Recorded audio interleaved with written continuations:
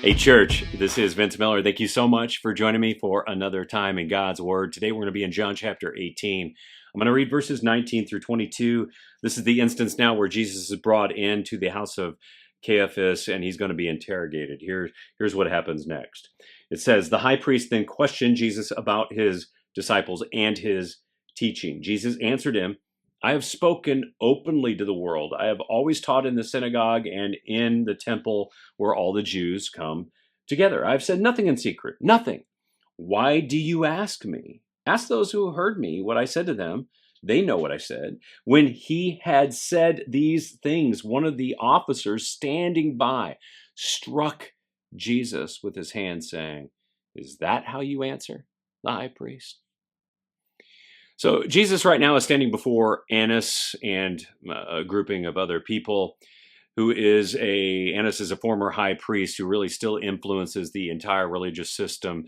I said this before, I kind of dub him the Godfather because of all the collusion and the corruption surrounding him and the religious system at the time of Jesus. Now, we don't know precisely where this interrogation occurred in the house. But Annas gets to Jesus first before Caiaphas. And when you listen to the interrogation, you hear the boldness in Jesus' response. It contrasts sharply with how Peter responded in the courtyard around the campfire. So you have one coward standing by a campfire, and you got the boldness of Jesus during this interrogation. Sharp contrast, intentionally painted here by John. But in this hearing, Jesus declares two truths. First, that he spoke openly, and this was true. Everything Jesus did, he did very openly. This was true both in the synagogue and in the temple. He spoke and acted in full view of all religious authorities, which leads to his second point. The religious authorities, like Annas, had plenty of time to gather all the evidence against Jesus that they wanted. There was a mountain of evidence that they could have used against him in this moment. There was no need to interrogate Jesus right now because it all was out there for everyone to see and hear. It was very public. But as we see, the second truth is going to get Jesus a slap in the face. But this wasn't Jesus being sarcastic. It was the truth that they interpreted as sarcasm because they rejected the truth. Now, I really believe that we as believing men need to take a lesson from the master here, from Jesus. Jesus knew the truth, so he declared the truth. He knew it, so it came out of his mouth.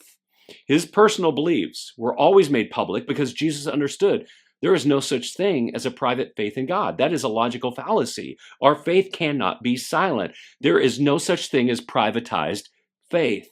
But here's the issue for most men.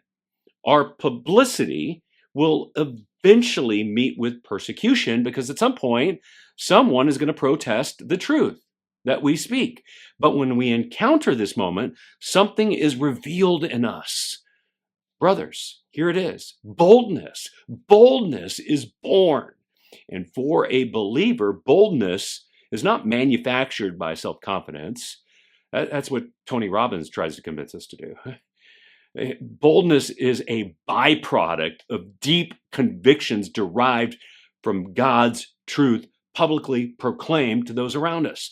Now, we might look bold, but we are mere stewards of something bolder than us, which is what? God's bold truth. That's it. Jeremiah 23:29 reads this way. It states, Is not my word like fire? Fire, declares the Lord, and like a hammer that breaks the rock into pieces. That's God's bold word. You could skip forward to Acts chapter 4, verse 13, which I think is one of the great moments of the early disciples. It reads something like this. And now when the crowd, they saw the boldness of Peter and John and perceived that they were uneducated, common men, they were astonished. They recognized what? That they had been with Jesus, the bold and walking truth of God. So guys, do you want to be bold? Do you? If you do, well, you got to take what you've kept private, like Peter, and go public like Jesus. That's it. Don't be a coward standing by the campfire. Be the one who is willing to suffer a slap in the face. Guys, I pray this blesses you. If it has, share it with someone else. And I'll see you right back here again. tomorrow.